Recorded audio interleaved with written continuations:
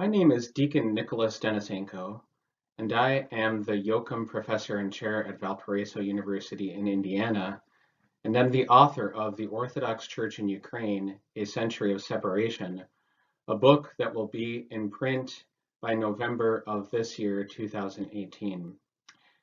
I have prepared this short presentation titled Decoding the Ukrainian Church Crisis for the purpose of answering questions that are circulating about the promise of the bestowal of a tomos of autocephaly on the Orthodox Church in Ukraine. The news that the Ecumenical Patriarchate is going to bestow the tomos of autocephaly to a church that is currently divided and has been through a great deal of tumult over the last 100 years has caused all kinds of rumors, sensationalism, and hysteria to circulate. So I'm going to draw from a great deal of what I learned and studied in the process of writing the book to attempt to clarify these questions.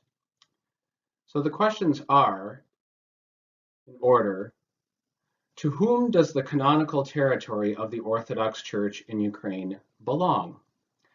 This question is important because Moscow, the Moscow Patriarchate in particular, has claimed the canonical territory of the Orthodox Church in Ukraine, especially over the last 100 years. And the Constantinopolitan Ecumenical Patriarchate recently issued documents stating that they never ceded the canonical territory of Ukraine to the Moscow Patriarchate. So we're going to look at that question briefly. Why doesn't the Ecumenical Patriarchate just wait for the schismatics to return to the canonical church?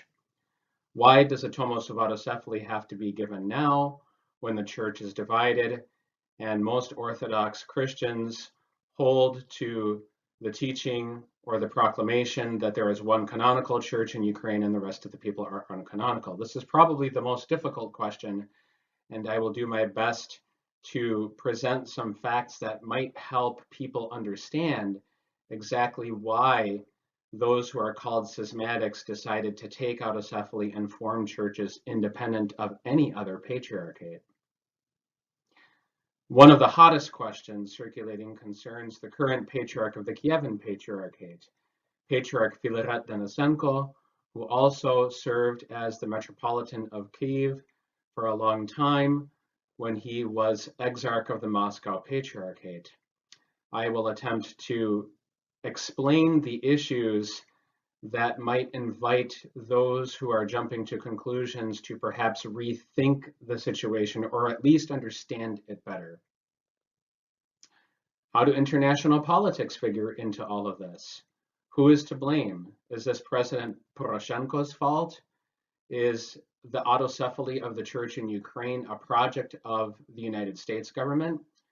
Again, I will offer facts that will help to clarify this situation. And then finally, at the end, I'll offer a reflection, an opinion that answers the question as to why Ukraine needs an autocephalous church today at this time. In this lecture,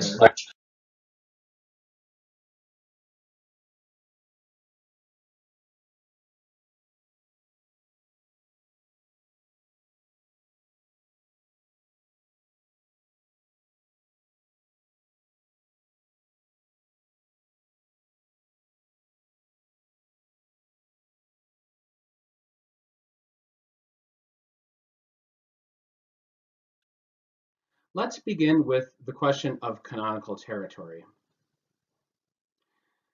When the peoples of Rus accepted Christianity in the year 988, they received Christianity from the Mother Church of Constantinople, then the seat of the Eastern Roman or Byzantine Empire.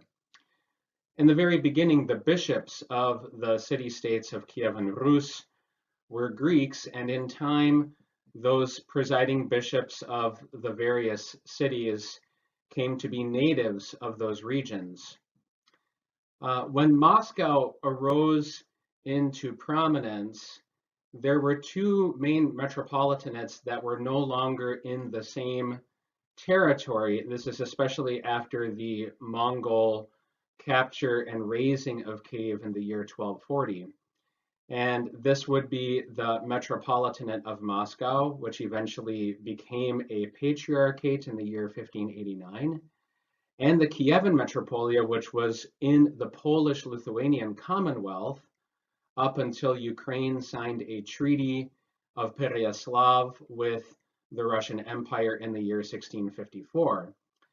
For that period of time, the Ukrainian Metropolia was under the jurisdiction of the Constantinopolitan Patriarchate, and the Metropolitan of Kiev commemorated the Ecumenical Patriarch in the liturgy.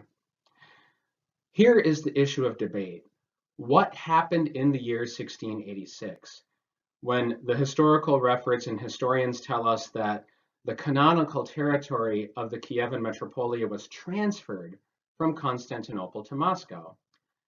This issue first came to my attention when I read older Ukrainian historians who complained that this transfer occurred against the vehement protests of the episcopate of the Kievan Metropolia, especially some of the metropolitans, because apparently it was being worked on for a while, and that it was always uncanonical and resulted in the Kievan Metropolia having to exchange what was called de facto autocephaly for complete subjugation to the Moscow Patriarchate. The issue of debate is this. Moscow considers the transfer of canonical territory from Constantinople to Moscow to be complete. And recently, Metropolitan Hilarion Alfeyev published on the English language website of the Moscow Patriarchate an explanation that stated that the Patriarch of Moscow is defined as being the Patriarch of both Great Russia and Little Russia, which by definition would have included Ukraine.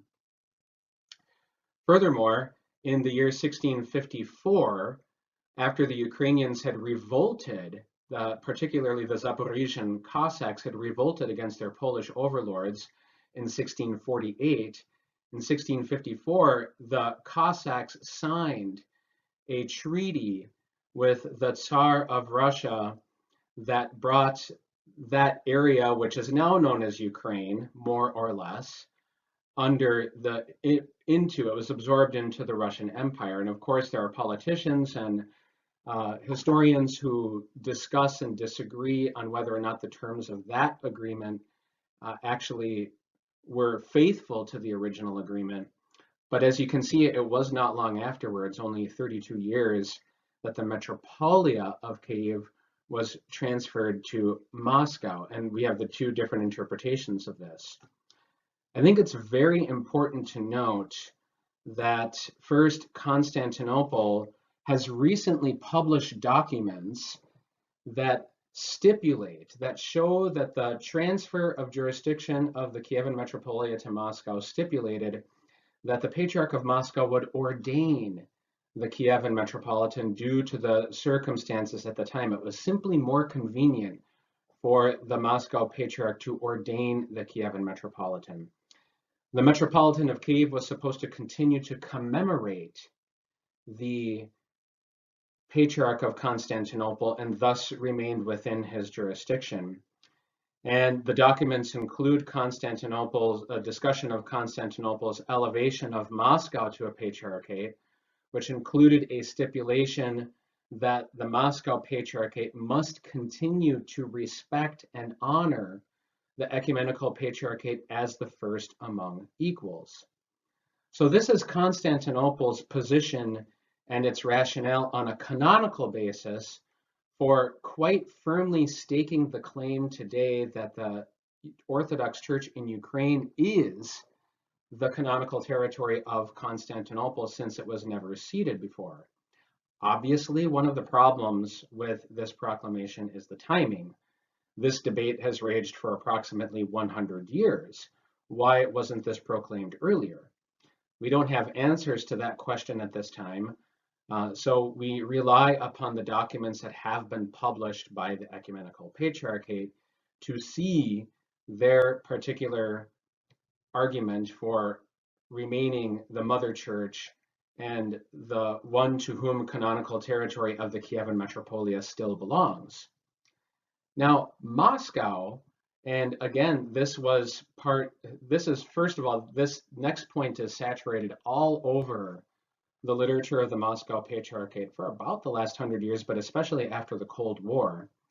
And it was reiterated in an interview published on the patriarchia.ru website with Metropolitan Hilarion Alfeyev, where he says that this 1686 transfer of jurisdiction was actually the completion of a reunion of Kiev and Moscow that brought together the principalities of Kievan Rus, those city-states that had become separated by historical and political circumstances, once again. The first event that started that reunion was the Treaty of Pereyaslav in 1654.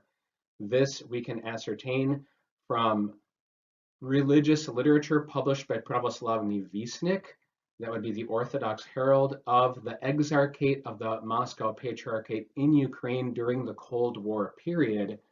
And that literature was designed to attempt to persuade former Greek Catholics that there was room for them because they had been reunited with their brothers who had been lost after the Soviet Union defeated the fascist regime of Hitler in World War II. So here we see this argument being repeated, that Kievan Rus has been made whole again, and at 1686 completed the reunion of the ecclesial parts of those peoples. So we have two particular Muscovite and Constantinopolitan arguments about the canonical territory of Ukraine coming into conflict with one another. And here I would note, because I think it's important for people to know, that there have been many apologists for Ukrainian autocephaly beginning in the year 1917.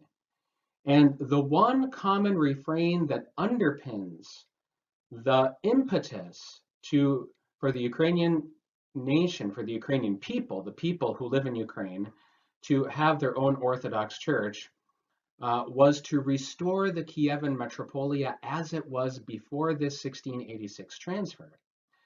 And among the commonalities of these apologists is that the Kievan Metropolia was de facto autocephalous, probably as a condition of the fall of Constantinople in 1453, and that all that is needed is to turn the de facto into de jure, so that it would be by law autocephalous. And this is why autocephalists in Ukraine began a campaign to ask Constantinople to intervene beginning as early as 1919. So the original impetus for Ukrainian autocephaly was to restore the Kievan Metropolia. And the rationale for that is that today's autocephalous churches within Orthodoxy follow the model of the nation state. Since Ukraine is now a sovereign republic, the idea would be that Ukraine could have its own autocephalous Orthodox Church. So you have Constantinopolitan and Muscovite interpretations of the canonical territory of Ukraine coming into conflict with one another, while the history of Ukrainian autocephaly simply seeks to restore the Kievan Metropolia with one additional change, becoming truly by canon law autocephalous, as opposed to simply functioning as an exarchate of the Constantinopolitan Patriarchate. Now, this was impossible. I said that this started in 1919, but this was impossible in Ukraine because from 1917, from the fall of the Tsarist regime until 1920, a bloody battle waged in Ukraine for control of the government. There was an initial Ukrainian government that fell apart quickly, followed by the hetmanate of Pavel Skoropadsky, and then you have briefly the White Army occupying Ukraine, and then there's a directory with a government led by Simon Petlura, and then finally the Bolsheviks assume control by the end of 1919 and into 1920. All of that happening in a short period of time. And it isn't until 1991 that you have a sovereign Ukrainian public actually emerge. We'll return to that momentarily. So the acting upon the request to establish an autocephalous church in Ukraine was understandably on both the parts of the Constantinopolitan and the Moscow Patriarchates, understandably complicated by the terror and the bloodshed of the Bolshevik Revolution, the severe persecution of the church, and essentially Ukraine's liminal status until the Yalta Agreement in 1945, when West Ukraine was united with the rest of Ukraine, and there was a Ukrainian SSR as a very large republic of the Soviet Union. Let's go back a little bit, though, because historically speaking, in the year 1918, when Ukrainian sovereignty still looked like it was going to be not only possible but probable, keeping in mind that the Bolshevik victory was certainly not guaranteed at that time, autocephalist cohorts asked Patriarch Tikhon of Moscow for his blessing to convoke an all-Ukrainian council in Kyiv. And against the wishes of the Metropolitan of Kyiv at that time, Metropolitan Vladimir, he blessed the convocation of the council, and an initial planning committee composed almost exclusively of pro-autocephaly Ukrainians began the process of planning the council, which was interrupted several times by these competing political parties, the bloodshed, the removal of one, or the fall of one government and its replacement only to be temporary by another. So the 1918 council actually happened in several sessions, and it got off to a very bad start when Bolshevik revolutionaries in Kyiv murdered Metropolitan Vladimir in Kyiv by the Pecherska Lavra in January of 1918. When the council actually took place, there were many speeches given that discussed issues like liturgical Ukrainianization, which would have permitted the use of vernacular Ukrainian in the liturgy instead of Slavonic. And this was something that they didn't simply dream up. It was actually on the agenda and planned for a long time alongside vernacular Russian for the 1917 to 18 Moscow Council, and it was defeated there. The first fissure or break in the relationships between those who wanted autocephaly and those who wanted to remain in the Moscow Patriarchate occurred during the course of this 1918 council. It took place when the original steering committee of the council, composed of this autocephalous cohort, which were permanent delegates to the council, were simply arbitrarily removed from the council and replaced by hand-picked delegates. And this shifted the balance from pro-autocephaly to pro-autonomy. So what happened was there were three things that happened that Ukrainians who were pro-autocephaly felt were unjust. The first was the removal of delegates and their replacement, this arbitrary method of getting rid of an autocephalist cohort to shift the balance of power. And you can actually read about some of this in English and Metropolitan Evlogi's memoirs published by St. Vladimir Seminary Press. He doesn't mention the removal of delegates, but he does say that autocephaly was in the majority until a certain point, and there are other historians who identify the removal of delegates as being a problem. Then in May, there was an eparchial assembly of Kyiv that elected Metropolitan Antony Khrapovitsky, who is probably well known to most of you who are listening to this, as the Metropolitan of Kyiv. And he was in constant conflict with the pro-autocephaly Ukrainians because he was firmly opposed to liturgical Ukrainization, and you can read more about that in my book. I'm not going to go into the details here, but they felt that it was unfair because he was elected by the eparchial assembly and not the entire council. And ultimately, the council voted to retain Slavonic almost exclusively, the only exception being the reading of the Gospel on Pascha in Ukrainian. So Ukrainization, which was probably the most important part of the agenda on the part of the autocephalists, was defeated, and this was a big blow and a moral blow, which created the first separation, the first crack in the relationship between those who wanted autocephaly and felt that this council was a robber council, and those who wanted to remain within the Moscow Patriarchate. So the real origin, the conception of the schism starts here, even though the schism of the Orthodox Church in Ukraine doesn't actually take place until October of 1921. Now in 1919, these pro-autocephaly Ukrainian clergy in the cohort, the ones who were holding these bad feelings about what they felt was mistreatment by the bishops and the bishops' appointees in Kyiv, they obtained Soviet municipal permission to use temples to celebrate liturgy in Ukrainian, and they went ahead and they celebrated liturgy in Ukrainian first, and then they asked the local bishop's blessing. Now, at this point, Metropolitan Antoni was already out of the picture. He was exiled from Kyiv in a power play, and Bishop Nazari had taken his place. And there was a great deal of friction. Initially, Bishop Nazari and then ultimately the new patriarchal exarch, Metropolitan Michael,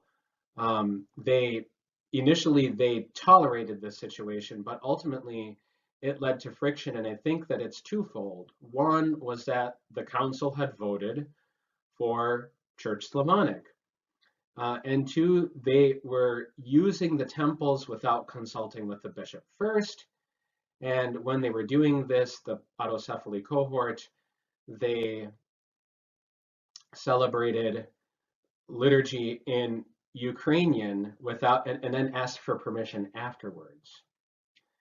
Now, in a portion, during a part of 1919 to 1920, and this dates back to the beginning of 1919, when the directory under Simon Petlura was in charge of Ukraine, and this was a very, pro-sovereignty government, which certainly had strong anti-Muscovites elements. And this is the first time that you have an attempt on the part of the Ukrainian state, keeping in mind that it was a state that didn't even last a year, but the first time that a Ukrainian state attempts to establish an autocephalous church by law.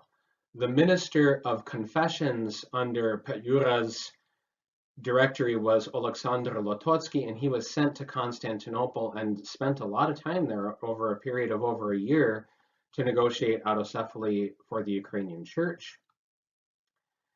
The second crack came in the year 1920, and this was when Ukraine now was firmly under Bolshevik control, when the Synod of Patriarchal Bishops in Ukraine suspended the clergy who had been serving liturgies in vernacular Ukraine. In 1921, the autocephalists were unable to reach a compromise with the delegates in Ukraine, so they held a local council in Kyiv in May, which set the tone for an October all-Ukrainian council that took a number of actions. It rejected the 1918 council as a robber council, and it established its own hierarchy, and it did so without any participating bishops, which was certainly uncanonical. And that uncanonical act was then afterwards associated with the impetus for autocephaly as being illegitimate and renovationist. The thing is that even though the 1921 UAOC, or Ukrainian Autocephalous Orthodox Church, which existed up until the year 1930 and then in very small parishes afterwards because the Soviet government forcibly liquidated it, that church grew, and it grew rapidly. And of course, they were challenged by investigation, by surveillance, and ultimately by persecution by the Soviet government, just like the Patriarchal Church was from the very beginning. But what's important to note is despite the bad blood and the friction between the autocephalists and the Patriarchal Exarchate in Ukraine, in 1922, the Exarchate in Ukraine held its own council, declared temporary provisional autocephaly with the aspiration to obtain autocephaly ultimately for Ukraine. They adopted the specific ecclesiology of the Ukrainian autocephalous Orthodox Church called Soborno-Pravnist, or governance by council. We might think of it as conciliarity, but it's not quite the same thing, and you should look at the book to get a sense for what it actually means. And they created a commission to dialogue with the Ukrainian autocephalous Orthodox Church. These things ultimately fell apart for a number of reasons, the most important being that the Soviet government had absolutely no interest in those two groups uniting so that an autocephalous church might emerge in Ukraine that would also be connected in some way to Ukrainian national sovereignty that would threaten the fabric of unification of the Soviet Union. So we see this as a historical instance at an attempt to dialogue when we think about canonical territory.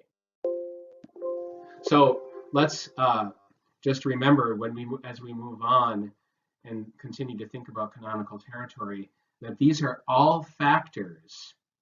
And I'm giving you these details to show how the schism erupted. The schism erupted because of the perception on the part of Ukrainian autocephalists through a series of events that they were being treated unfairly and actually not in accordance with church law, that caused them to form their own group and attempt to establish their own church. And it should be noted that that group formally petitioned Metropolitan Michael to ordain bishops for them so that they could have a canonical church in Ukraine that would exist alongside the patriarchal church.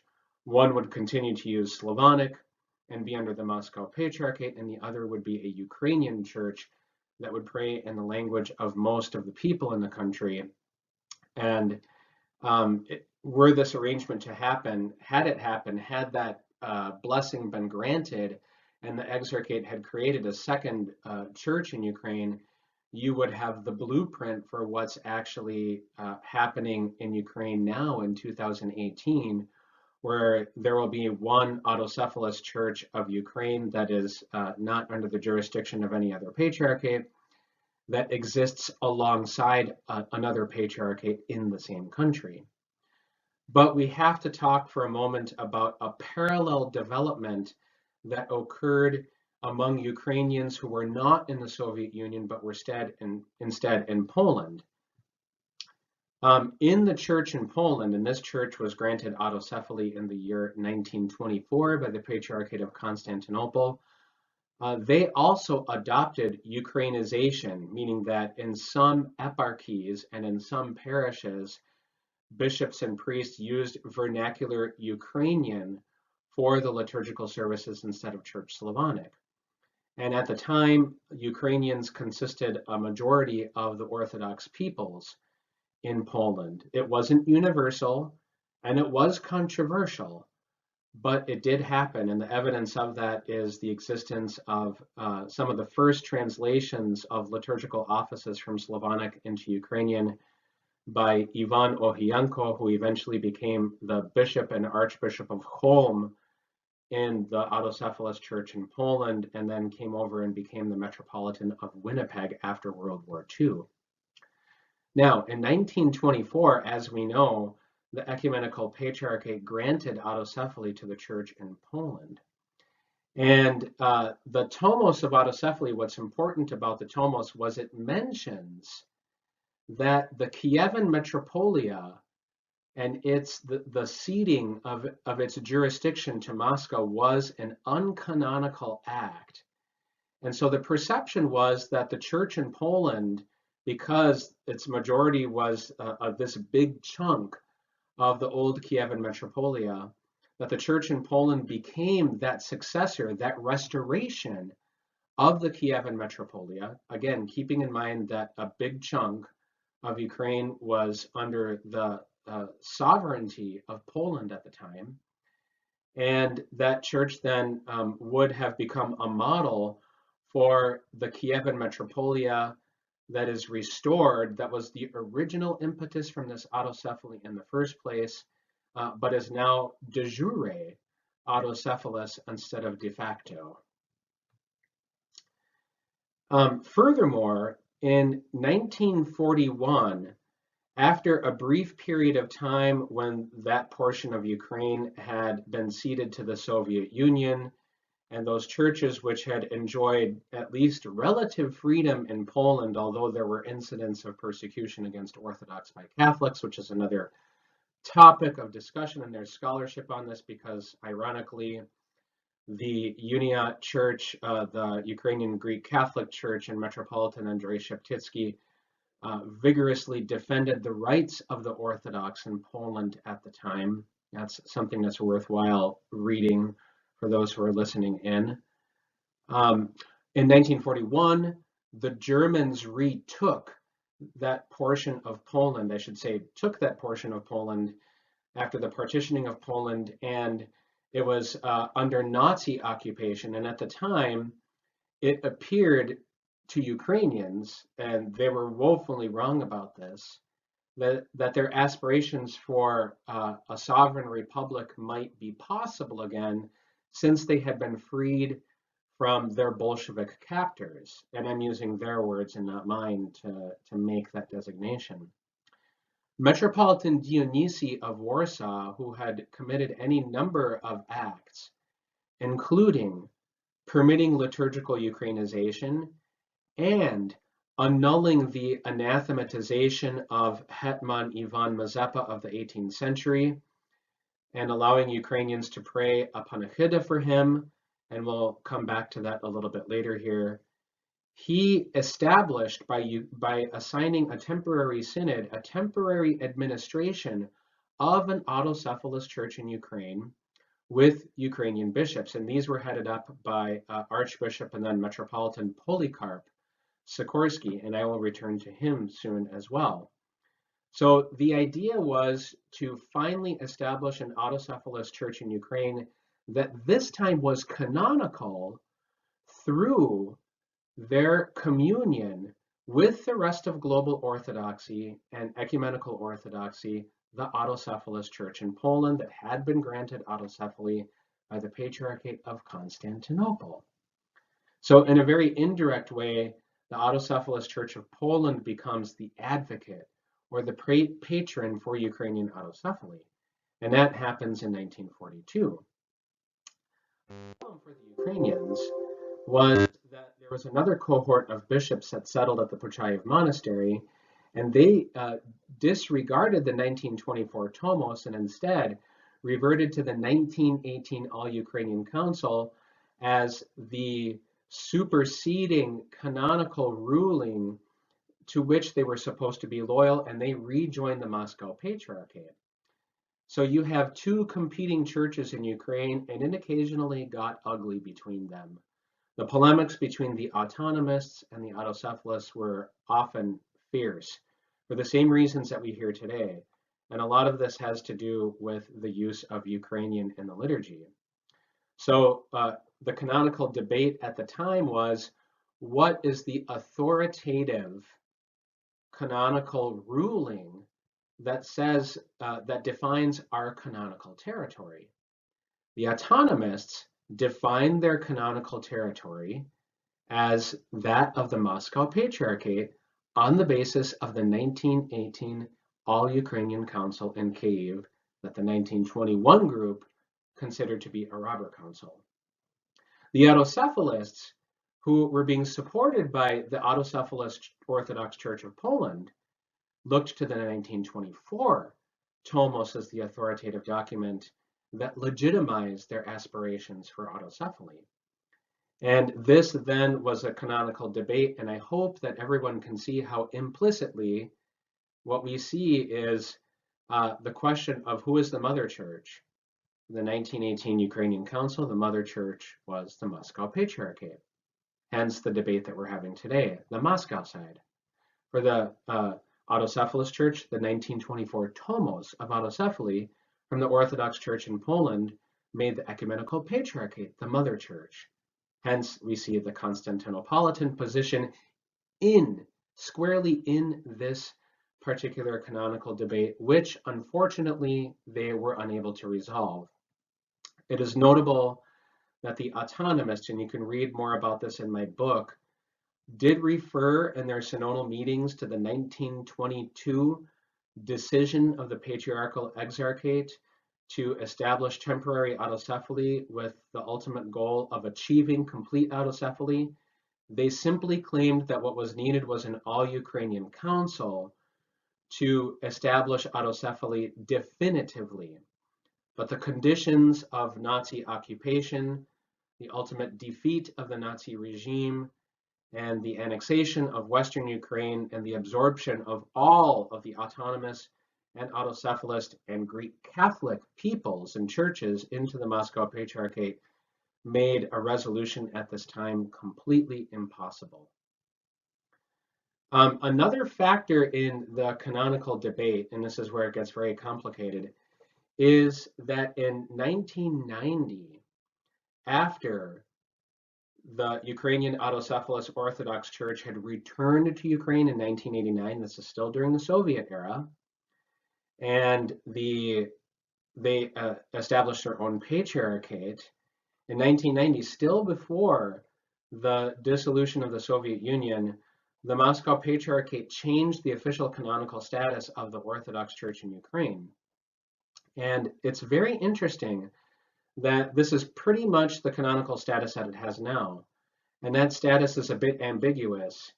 It is a status of self-governing with broad privileges of autonomy. But the Ukrainian Orthodox Church that's under Moscow is not officially an autonomous church, which is often claimed in the literature that you'll find online. Recently, representatives of the Ecumenical Patriarchate have pointed to this unique canonical status granted to the current Moscow Patriarchate in Ukraine in 1990 as ambiguous and therefore uncanonical, which leads to the Constantinopolitan argument that there is no canonical church in Ukraine, and therefore, as the mother church to whom the canonical territory of Ukraine belongs, they have the right to correct this canonical deficiency and establish a canonical autocephalous Orthodox Church. Okay, now a few observations on what's happening, a reiteration. The Constantinopolitan narrative, we find its sources in the 1924 Tomos that said that the Kievan Metropolia's transfer to Moscow was uncanonical because Moscow did not observe the conditions of that transfer. Also, Constantinople received Ukrainian Orthodox Christians of Canada and America underneath their Omophorion, first in 1990 and then in 1995. And this seemed to be a stepping stone for Constantinople to act in the way that it's acting today. And then finally, Constantinople is arguing that because it's their canonical territory, that they alone can correct all of these canonical distortions that started in 1686, whereas Moscow points to the reunion of Slavic peoples into one people. And actually, Patriarch Kirill used this term, Один народ, in the homily that he preached after he returned to Moscow from his brief consultation with Patriarch Bartholomew on August 31st. This narrative has been pretty much the same since the Cold War, but really even before then, it just took a new shape in the Cold War because of the 1946 Lviv Council. The 1686 transfer of jurisdiction to Moscow reunited a church that had been divided by historical circumstances. So not only were the Ukrainian people reunited with their Russian brethren, but the Ukrainian church was reunited with its sister Russian Orthodox Church. That's the Moscow narrative. One thing that we should mention is that the Moscow Council, very well known to many of us, especially through the scholarship of Hyacinth d'Estavel, in 1918, the Moscow Council confirmed the canonical autonomy of the Orthodox Church in Ukraine.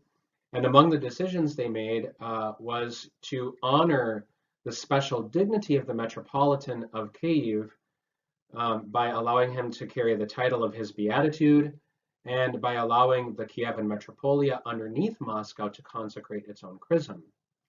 And so what we know for sure is that today's Moscow Patriarchate did not restore autonomy as a canonical status to the Orthodox Church in Ukraine, nor is there any evidence that the Kievan Metropolia ever actually consecrated its own chrism as a result of that decision by the 1917-18 Moscow Council. Furthermore, and this is something that the Constantinopolitan Patriarchate has been only too happy to point out recently, after Ukraine became a sovereign republic in 1991, in November of that year, Metropolitan Filaret Denisenko and all of the bishops of the episcopate in Ukraine, there are a few, right around 30 bishops, formally petitioned for canonical autocephaly from Moscow, and all of the bishops signed the petition. And they reiterated that appeal in 1992. All of the bishops signed it. Eventually, 3 bishops withdrew their support for autocephaly, which resulted in the split that comes in 1991 to 1992. But this is an important date from Constantinople's perspective because Moscow never addressed the appeal. They never granted autocephaly or resolved the schism on the basis of a unanimous appeal from the episcopate in Ukraine in 1991 to 2. And in the 26 years that have elapsed since then, so Constantinople is arguing that it is their prerogative as the first among equals to act now. Furthermore, the schism, which essentially returned to Ukraine in the year 1989, not in 1992, as is quoted almost everywhere on the internet, but in 1989, there have been various attempts at dialogue among Orthodox Ukrainians, and unfortunately, the dialogues themselves have been inconsistent and no concrete result has emerged from the dialogues. Therefore, no matter what position you take, the current situation, one way or another, is uncanonical and needs to be corrected. And that leads to that rhetorical question of, why don't the schismatics themselves just return to the church? And I will return to that shortly, because that has been the number one question after the question of canonical territory that has been posed. I want to interrupt the flow of my order here, though, by taking a moment to reflect on the person of Patriarch Filaret. And here's why. If you read English language publications that occur in real time online, as I mentioned in the previous slide, almost all of them implicate Patriarch Filaret as the author of autocephaly and the author of schism in Ukraine. And I've demonstrated that both of those are absolutely false. All one needs to do is look at the surface of history, and Patriarch Filaret arrives rather late on the scene of autocephaly in 1992. Nevertheless, by 1995, Filaret becomes the patriarch of the Kievan Patriarchate. He's their third patriarch. The first patriarch was Mstislav Skripnik, who actually never resided in Kiev and never recognized the Kievan Patriarchate, but they commemorated him as their patriarch. And after he died in 1993, the Kievan Patriarchate elected Archbishop Volodymyr Romaniuk, who died quite tragically in 1995. And after his extremely controversial public burial outside of St. Sophia Cathedral, the council convened to elect Filaret, who has been patriarch from 1995 until the present time. Now, Filaret was appointed to the Kievan See in 1966, and when Moscow separated, broke their relationship with him, deposed him, and then anathematized him, he claimed that these actions were politically motivated and were unjust, and that leads to the problem. The problem is actually twofold. So the first question that and a lot of people have contacted me privately to ask this question, even let's say they say, if we were for Ukrainian autocephaly, how can you grant autocephaly to a church? Isn't that the legitimization of schism? And how can bishops who are deposed suddenly become canonical bishops of an autocephalous church? So that's the first question, and that leads to the problem is Philaret claims that the church did not follow due process in resolving his canonical situation. In 1992, he was called to Moscow, and this was in the spring of 1992, and in a meeting with the Synod of Bishops, he promised to retire, but then he changed his mind when he returned to Kyiv because he claimed that he was coerced into promising retirement and that he actually wanted to remain in Kyiv and stay on the course of pursuing canonical autocephaly. And that led to the series of events of Philaret being deposed in 1992 and anathematized by Moscow in 1997. That's the Muscovite side of the story. That's the side of the story that you will see on the internet. And let's make it very clear that the charge against Philaret was that he led the church into schism. There were no other charges brought against him. So any talk about infidelities or any other controversies, or some people have said that he had a reputation for ruling with an iron fist, he wasn't charged with any of those things. He was canonically charged with leading the church into schism by Moscow. So Moscow says that he broke his oath to retire. Philaret says that they coerced him.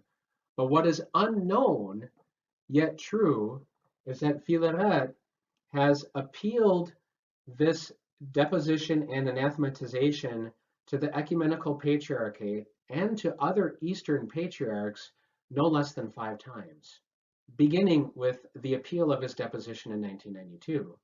So according to Philaret, this due process that is due him for a neutral third party to hear his case has yet to be completed, meaning that this appeal has yet to be heard. And this is one of the ways that we attempt to reconcile the situation or to understand better the dispute and the ongoing activity of Patriarch Philaret as the leader of the Kievan Patriarchate. There is a rumor circulating, which I cannot confirm because I don't know if any decisions have been reached, and I don't think that they have, that he will be forgiven and restored as a canonical bishop by Constantinople, that they will not recognize his anathematization. We shall see how that unfolds. Now, what happened, the reason that he was charged, is that when Moscow didn't respond or responded in the negative to their church, to the Moscow Patriarchate in Ukraine's appeal for autocephaly in 1991 and 92, Philaret turned to the Ukrainian autocephalous Orthodox Church. They held a merger council in June of 1992. This is after Philaret had already been replaced by the council in Kharkiv that was convened in May of 1992, which elected Metropolitan Volodymyr Sabodan as the new primate of the church. And it's important to note that the Ukrainian church under the Kievan Patriarchate has documented their attempt at a canonical case, saying that that council itself is uncanonical, and that the Kharkiv gathering was a robber council. All of that being said, the result of this merger council with the Ukrainian autocephalous Orthodox Church is a splinter. The Kievan Patriarchate was certainly the larger of the churches, but the Ukrainian autocephalous Church is smaller yet continues to exist, and their leader now is Metropolitan Makary. Philaret himself served, he wasn't installed as patriarch right away after the merger. He served as the deputy patriarch first to Patriarch Mstislav, who again, as I mentioned, was not even present in Kyiv, and that's why the council appointed Philaret as deputy patriarch. And then again to Patriarch Volodymyr in 1992 to 95. One of the reasons that Philaret has proved to be so resilient, it's not the only reason, but when Patriarch Volodymyr died in 1995, the Kievan Patriarchate claimed that as the leader of the church in Ukraine, he should be honored with burial in St. Sophia Cathedral, which would have restored a tradition of the Kievan Church burying its leaders and heroes and advocates. And that led to a violent, bloody confrontation with police in Kyiv, and Patriarch Volodymyr is instead buried right outside of the entrance to the cathedral complex. They called this Black Tuesday, and Filaret emerged as a hero of the Ukrainian people for his determination to connect with the Ukrainian people and to be with them through turbulence. Whatever one makes, however one assesses the entirety of his service in Kyiv and all of the controversy surrounding him, one cannot doubt that for millions of Orthodox Ukrainians, they do regard him not only as their patriarch and trust him, but also as their hero. And for that reason, his popularity within Ukraine grew immensely, especially during the Maidan crisis, when he, together with the Synod of the Kievan Patriarchate, vowed to always stand together with the Ukrainian people. So what you have is a disparity in testimony on Filaret. Moscow's case is that he's a completely illegitimate hierarch, and therefore the entire church with him is illegitimate, the Kievan Patriarchate, because all of the ordinations that he would have performed would be sacramentally invalid. And to be true, the Ukrainian autocephalous Orthodox Church has attempted dialogue with the Kievan Patriarchate, and the outcome of those dialogues is that they have failed. And the UAOC claims that this is due, at least in part, to Filaret's attempt to control those dialogues. While within the Kievan Patriarchate, there is certainly a sense that Filaret is a saintly hero. Now, let's briefly address the problem of Moscow's anathematization of Filaret and whether or not that poses absolute prohibition for the bishops and faithful of the Kievan Patriarchate to suddenly become a canonical Orthodox Church. The Moscow Patriarchate, or I should say the Orthodox Church in Russia, also anathematized Hetman Ivan Mazepa in the 18th century because he fought with the Swedes in the war against Russia, and ultimately he lost. And he was a very important Ukrainian leader and a hetman of Ukraine, who was known not only for being the leader of the Cossack regiment in Ukraine and for being a revolutionary, but also for being a patronage of the building of churches and the cultivation of the liturgical arts. So he was anathematized, and I think I mentioned already that the Orthodox Church in Poland annulled that anathematization and permitted the Ukrainians to publicly pray for him within the space of their church.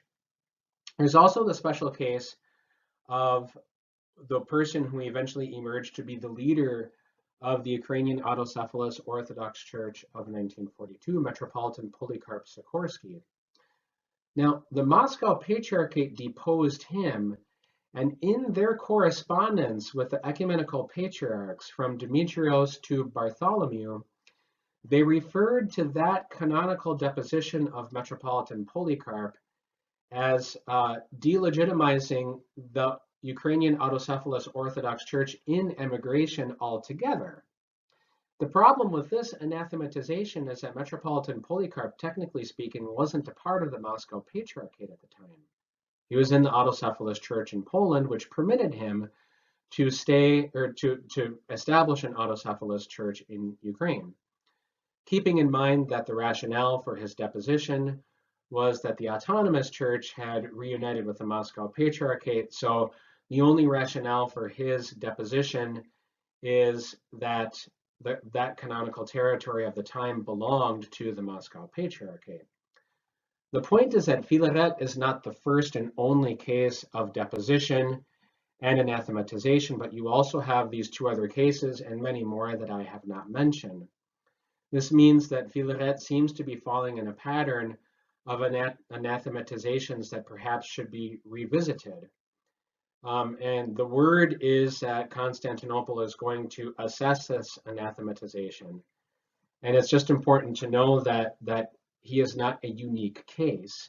He falls in line with these other anathematizations.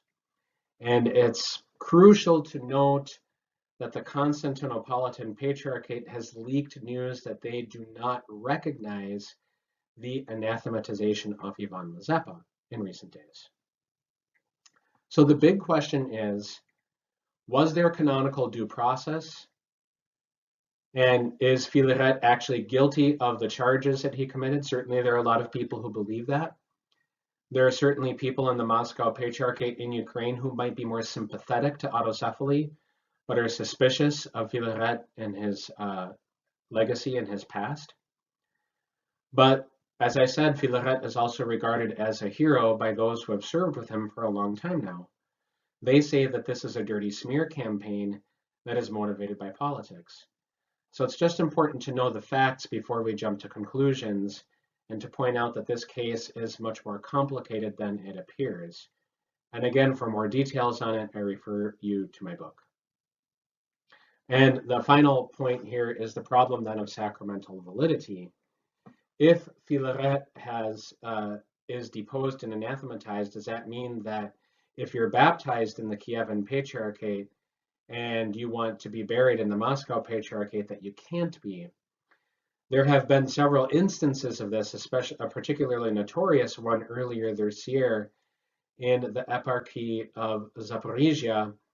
And the final conclusion is that the policies of the Moscow Patriarchate in Ukraine have actually been somewhat inconsistent. Right now, they take a Cyprianic approach where all of the sacraments are considered to be invalid in the churches that are outside of the canonical church. But that has not always been the case in the period since the splinter of 1992. Now let's talk for a few minutes about politics. And here I really want to, I'm going to not spend as much time on this because it will become readily apparent that everyone seems to be involved politically, but I want to address again, news that's circulating on the internet that claims that autocephaly is an American project as an attempt to weaken Russia. Since Ukraine became independent, the presidents of Ukraine have favored one or another church. Filaret's merger with the autocephalous church that ultimately became the Kievan Patriarchate occurred partially because of the support of President Leonid Kravchuk. Now, President Kuchma was more or less neutral in his policies at the time. Now he's for autocephaly publicly. President Yushchenko was for autocephaly and favored the Kievan Patriarchate. President Yanukovych favored the Moscow Patriarchate, and President Poroshenko favors the Kievan Patriarchate. And he, by the way, he is not a deacon at any church. And also he did not, I've investigated this. I have had it confirmed that he did not receive Holy Communion in a Catholic church, that was a photoshopped photo. The point with all of this is not to say that one or another side is right or wrong, but that politics, some kind of dialogue between church and state and advocacy of one church by different presidential administrations has been the case ever since Ukrainian sovereignty started in 1991. This did not start with Poroshenko. An example of this is in 2013, the 1025th anniversary of the baptism of Rus. This was an ongoing celebration that occurred in Moscow, Kyiv, and Minsk. And at the celebration, each president of each country addressed the bishops of the church, spoke publicly and talked about the importance of the unification of their peoples, which is a staple of the Ruski Mir ideology of Patriarch Kirill, that these three nations constitute one church and one people. And so the politics of that celebration were quite thick. On the other hand, on the Maidan and in the war, the politics were also thick because the Greek Catholic Church and the Kievan Patriarchate openly sided with those who sought Yanukovych's ouster and fought for the association agreement with the European Union for Ukraine. And the politics here also became ugly, as you can see on the photo in the slide. Poroshenko honored at the Verkhovna Rada, the parliament meeting, honored the heroes who had died in the war on Donbass from the Ukrainian army. And when he called for a moment to honor them, everyone stood, except for these three bishops seated here, who are bishops of the Moscow Patriarchate. So the idea was that, politically speaking, here you have Patriarch Filaret and Patriarch or Metropolitan Epiphany of the Kievan Patriarchate standing, who's seeming to be siding with the pro-Ukrainian crowd, and then there's a perception that the Muscovite bishops are opposed to the Ukrainian side of the war. They later publicly stated that they sat protesting war altogether, that they're against war. But this is how you see these politics actually taking place and manifesting themselves on the ground in Ukraine. We should also note that within the Moscow Patriarchate in itself, the Synod of Bishops made a statement in the year 2007 that condemned political orthodoxy. And this statement was directed at a person who lives in Odessa named Valery Kaurov, who is part of an organization called Единое Отечество, and that means one fatherland. And this group espouses Russian nationalism in Odessa, vigorously opposes autocephaly, vigorously opposes Ukrainization. Sometimes there have been violent conflicts with other groups in Odessa, and that group attempted to put pressure on the Synod of the Moscow Patriarchate in Ukraine to take sides, and so they condemned political orthodoxy altogether. And this condemnation is explained further, by the way, by Metropolitan Volodymyr Sabodan in his last will and testament, published posthumously, of course. This condemnation of 2007 explicitly disassociates the Ukrainian Orthodox Church of the Moscow Patriarchate from Valery Kaurov, whom they say has no right to speak in the name of the church. And all of this goes to show that there has always been political interference in the lives of the churches. And that continues today with the activity of the oligarch who rose to ascendancy in Ukraine, Vadim Novinsky, who is a constant presence at the Pecherska Lavra and is one of the most vocal politicians opposed to autocephaly. And to verify this, just it won't take long. Go to YouTube and you can find him engaged in many debates hosted by media where he vigorously opposes autocephaly and says that there is a local church that is the Moscow Patriarchate in Ukraine. And so you have political advocacy firmly rooted in the church through the person of Vadim Novinsky. And then we have the question of Erdogan, the Crimea, and the USA. And I want to mention Erdogan because there has been speculation that Putin might put pressure on Erdogan to put a stop to Ukrainian autocephaly by interfering or intervening with Patriarch Bartholomew. Recently, the religious leader of the Crimean Tatars had a meeting with Erdogan and pleaded with him to not interfere with autocephaly for the Ukrainian church, but to support it. And part of their discussion consisted of, what do we as Muslims have to gain from this?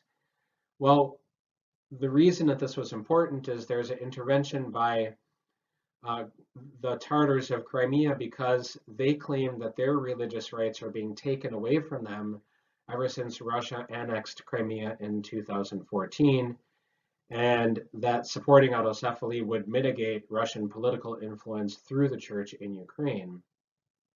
And that is very ironic that that's happening altogether. Now, finally, to address the rumor that autocephaly is an American project, a CIA project specifically, I'm incredulous that someone is making this claim, but it's based upon several public appearances of leaders of the Kievan Patriarchate with the late John McCain, and more recently, former Vice President Joe Biden and a number of politicians in Washington, D.C. Certainly, the American government, as diverse as it is in its opinions, has an interest in what's going on in Ukraine and would like to see Russian influence mitigated in Ukraine. And one should have no doubt that America has an interest in this and would support the establishment of an autocephalous church in Ukraine independent of Moscow. But there is no evidence at all, especially in light of everything else that we've presented here, of the thick, complicated politics and the blatant interference in the life of the church through presidents, politicians, and oligarchs in Ukraine, that autocephaly is somehow an American project. As we said, autocephaly originated in 1921, not in 2018. The Americans play a role in this, but by no means is it an American project. The political angle becomes particularly important in two ways. First is that the Ukrainian official state position since 2016 has been that one of the reasons the church has to have autocephaly is that the Moscow Patriarchate in Ukraine is an organ of the Russian state and is therefore one of the causes of Russian colonization of Ukraine. There should be plenty of healthy discussion on this claim, and especially whether or not that should be a rationale for autocephaly, right? But that claim has been made more than once. Second, ever since it became clear that the ecumenical patriarchate was going to proceed despite the protestations of the Moscow Patriarchate, and even before then, the Moscow Patriarchate in Ukraine has identified itself as a martyr church, claiming that there are going to be provocations, that parish property is going to be seized, and that the government is not going to favor them, but is going to treat them unequally. It's simply important to note that throughout the history of modern Ukraine, these accusations have occurred on both sides. And it's something that needs to be monitored very carefully to distinguish whether or not such claims are true. And if so, then the rest of the Orthodox world would behold them to put pressure on the autocephalous church in Ukraine to fight for the rights of the Moscow Patriarchate peoples to retain their property in Ukraine without provocation, without coercion, without violence. But on the other hand, if there is fake news, excuse me for using that term, but if these reports turn out to be a deliberate attempt on the part of the church to mislead people, and there actually is no provocation, then those who do the misleading should also be held accountable. All of this again shows that there is plenty of political intrigue. It is not one-sided, and autocephaly is not an American or a CIA project. Now for some final remarks. And here we might shift from all of the talk of politics, schism, uncanonical, illegitimate, colonization, and canonical territory to the question that no one seems to be asking. How is it possible in the year 2018 to heal the schism, to reunite peoples who have been divided for almost 100 years into one canonical Orthodox Church? Up until now, the refrain has been that the schismatics have to repent and return to the church. That's option one. The fact that this refrain has been repeated for 97 years and has never had a positive outcome shows that it's not going to work. It's an ineffective strategy. Furthermore, however one regards the people who are outside of the canonical church at this time, they're never going to return. They're never going to return because they claim that every time that they've trusted the Moscow Patriarchate, that patriarchate has taken away their right to pray in their vernacular language, and to observe their local customs and traditions. The Moscow Patriarchate, for their part, they dispute these claims. But it doesn't matter. The schismatics are not going to return to the Moscow Patriarchate voluntarily for all of the reasons that we've already covered in this presentation so far. Why not convoke an all-Ukrainian council? Somebody told me when I wrote my book that I should be praised because I didn't prescribe a solution. The solution that I thought would be best would be not to ask anyone from the outside to resolve the crisis, but to convoke an all-Ukrainian council without anyone from the state or any oligarchs or any business people participating, just the bishops, perhaps even sequestering them for a period of time until they work out their differences and reach a unanimous agreement on becoming church. This would be possible only through dialogue. Dialogue has been sparse, especially in the modern period. It was impossible because of the control of the church before by hostile regimes, the Soviet and the Nazi regimes in particular. But dialogue is not only sparse now, but it's also refused. There was a report saying that the exarchs who are in Ukraine now, that some bishops are refusing to meet with them. And this only perpetuates the dialogue. So as much as we would like dialogue to be the solution, it has also unfortunately and sadly proven to be ineffective. And part of the problem with that is that we have to remember that the people that the canonical church in Ukraine, or the self-proclaimed canonical church, the Moscow Patriarchate, claim to be uncanonical, that they have strong roots in other churches outside of the Church of Moscow. They carry a legacy of legitimacy from their time in the Orthodox Church in Poland, and they are not going to agree. They believe that they already are canonical, and they're simply asking for their case to be heard by a neutral third party. So what they fear is the third sub-bullet point underneath the bullet that I've titled problem, that if they submit to the Moscow Patriarchate in Ukraine, that they will have to submit to all of their conditions, and that even the one thing that they've wanted, pursued, and achieved the most, liturgical Ukrainization, would be taken away from them, and that those who do not submit would fall into that pattern of being deposed or even anathematized as punishment. And this is one of the reasons, this is the primary obstacle. The reference to a pattern of, if we disagree, you're going to punish me and kick me out of the church so that I can't introduce things that I think are reasonable to be pursued within the church, praying in the vernacular and having an autocephalous church. They point to that pattern as reason enough to not submit and to appeal to a third party. So ultimately, and this is my conclusion, I'm not asking anyone to agree with it or to disagree with it, but my conclusion is that the inability, a 97-year inability, and more recently a 27 since Ukrainian national sovereignty was established, inability for the schism in Ukraine to be healed requires a new method. It's unrealistic and unfair to expect any of the parties in Ukraine to keep trying methods that have proven to be ineffective. Now, the proposed method is being contested, and that is that the Ecumenical Patriarchate is going to act by establishing a canonical Orthodox Church in Ukraine through the claim that this is Constantinople's canonical territory.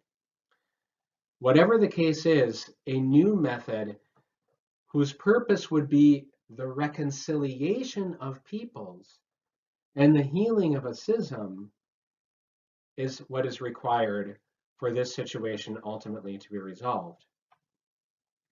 And I'm going to end with a further reflection on that. It is my opinion, barring something unforeseen, that a tomos of autocephaly is going to be given to the church in Ukraine which is going to result in some period of time that is going to be bumpy for the churches in Ukraine, because the new autocephalous church established by Constantinople is going to exist side by side with the Moscow Patriarchate. It's going to happen. Now, I would ask all of those who find this to be skeptical or who are worried about this to at least be open to the possibility that the Tomos might usher in a new era. And here I want to read from the Gospel according to St. Luke, verses 18 to 19, where Jesus opens the scroll of the prophet Isaiah and says, "The Spirit of the Lord is upon me, because he has anointed me to bring glad tidings to the poor. He has sent me to proclaim liberty to captives and recovery of sight to the blind, to let the oppressed go free, and to proclaim a year acceptable to the Lord." It is my hope that the Tomos would begin a number of years acceptable to the Lord, where the church would be liberated from external invaders, from chauvinistic and oppressive regimes, from rabid nationalism, whether that be Russian or Ukrainian, and that all of the people of the Orthodox churches might be able to simply identify themselves and hear themselves called into the kingdom of God and to be able to live their lives in the Orthodox Church as citizens of that kingdom without having their spiritual lives dictated to them by someone who has a particular ideological agenda, whatever that agenda is. There is much more to this situation, and I would invite you to read my book, The Orthodox Church in Ukraine, A Century of Separation, published by Northern Illinois University Press, which tells the story of the travails and the details of the movement for autocephaly in the Orthodox Church in Ukraine from 1917 to 2016. Thank you for your attention, and let us stop this lecture and conclude and wish one another well by offering a prayer in the name of the Father, and of the Son, and of the Holy Spirit for all of the Orthodox people in Ukraine, that whatever happens in the coming months and years, that they would find peace, and that the Holy Spirit would descend upon them from the Father, so that they would not only be reconciled with the rest of the global family of Orthodox churches once and for all, but would also be reconciled with one another.